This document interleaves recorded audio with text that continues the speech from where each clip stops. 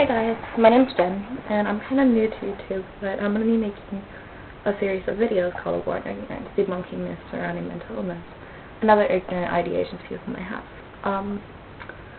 So I hope that over the course of the next month we'll be able to explore many neurological and psychological disorders together, and that you will be able to have a better idea of what these disorders are, how they affect a person, and how to cope with them.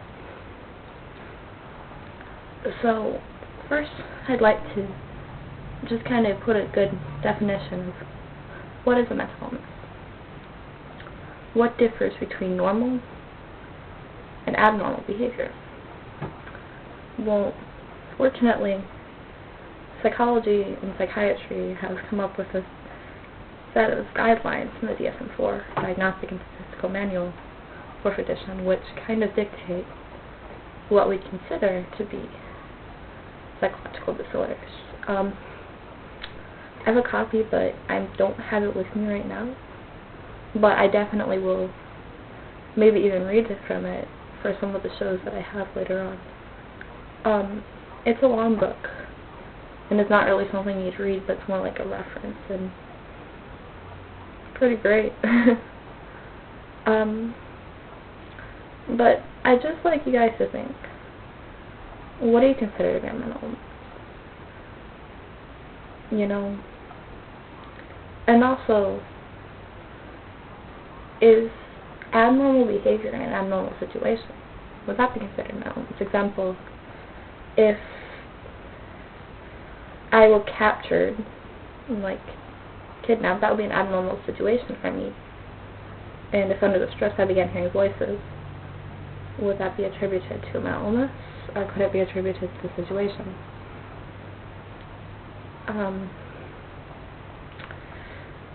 I think that one of the main things that kind of dictates, or another thing that dictates whether something is a mental illness is, first, does it interfere with person's functioning? For example, if one person spent hours a day cleaning because they didn't feel right, or they thought that their mother would die, you know, you might say, okay, that's OCD, and it does interfere with their functioning. But if another person just feels a compulsive need to straighten things out, like straighten out my lamp, and it doesn't really interfere with their functioning, you know, maybe that wouldn't be considered OCD so much. I mean, maybe it would, but, you know, if I were a psychiatrist, I wouldn't diagnose it.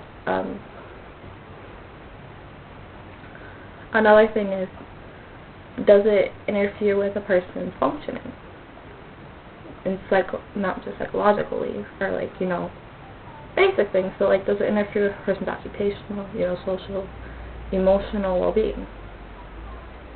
And sometimes people can't really recognize this. For example, if someone has schizophrenia and have the paranoid delusion that people are tapping into their phones, or was tapping into his or her phone, and that person therefore didn't get a phone, which made it difficult to hold down a job, that would be affecting his occupational functioning. But that person probably wouldn't recognize it. And the person would probably be very reluctant to get a phone for that reason. So these aren't always things that the person himself or his or herself can recognize. What if it's only interfering with someone else's functioning? What if, say, there's a child with bipolar, and this person had rages, destroying things, but never hurts her own things.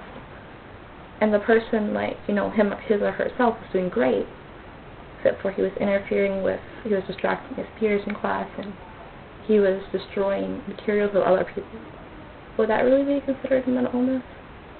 Because it's not interfering with his or her functioning, like, completely. Like, I mean, it does sort of the social aspects, but, you know. Also, where is the line between behavior and biology? I mean, you know, you can always turn on the TV and see little Zoloft commercials with the little square, and they say, I'm going to block the reuptake of your serotonin, and you will be happy. But, you know, we all know it doesn't work that way. I mean, things are so much more complicated than that. So where is the mind-body connection? Like, what really is the difference between your brain, your mind, your soul, your spirit, and what should psychiatry concern itself with?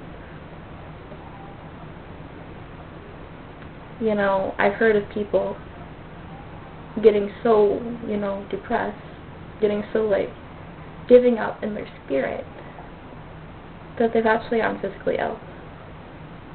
If you are physically ill, and, it's also under a disease, but it's kind of almost caused because of the giving up,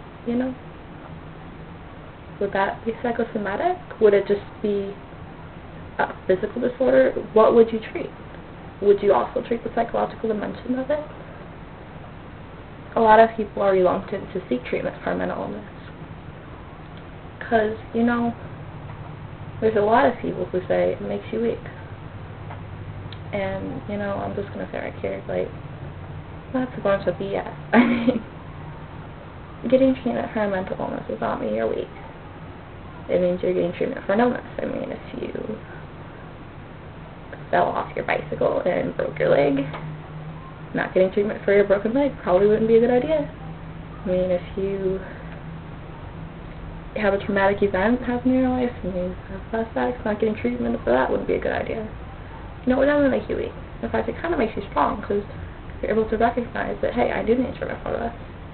And you're kind of able to give up a little bit of that pride and go get treatment for it. It kind of doesn't really make you weak in my eyes, but whatever.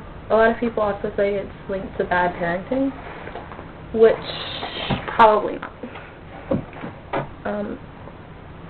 There are some disorders that, trauma can have an impact, but there's so much more to it than that. It's not just trauma. Biological factors, environmental factors, genetic factors, so much plays into it, and we don't even know everything that plays into it, for sure. So, it's not just caused by bad parenting. I heard a lot of people who have read the book Civil or seen the movie, and they say, what about dissociative identity disorder, or, otherwise known as multiple personality disorder? If a person had been traumatized to the point where they began to dissociate just to escape, would it be a disorder linked to bad parenting, or would it really be a disorder linked to someone else? And, I can't answer that, because I don't know. I mean, we don't have enough information at this time. We don't have brain scanning techniques that we can just see the person's level of neurotransmitters to say, okay, this is linked to biology. We don't really have the human genome mapped out. We can't say, okay, well, this is the gene that, or these are the set of genes that cause DID, and, that dictates it. We don't know.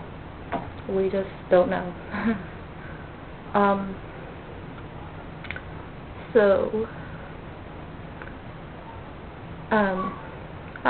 Forgetting what I'm going to say.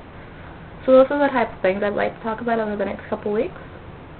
I hope you watch. If you have a suggestion for a topic, or if you want to make a comment, any type will be fine. Please, as many comments as you can. That's great. Oh yes, before I end, this video is based off of information I've read, things I've seen, my own experiences, but I am not a professional. If you're wanting me to diagnose you, I can't. I do not have any sort of degree in psychiatry. Someday I hope to be a psychiatrist and a clinical psychologist, but I'm not there yet. I haven't continued my education at that point yet. And so, given my information may not be completely correct, and it should never, ever, ever, ever, ever replace the advice of a professional. Thank you.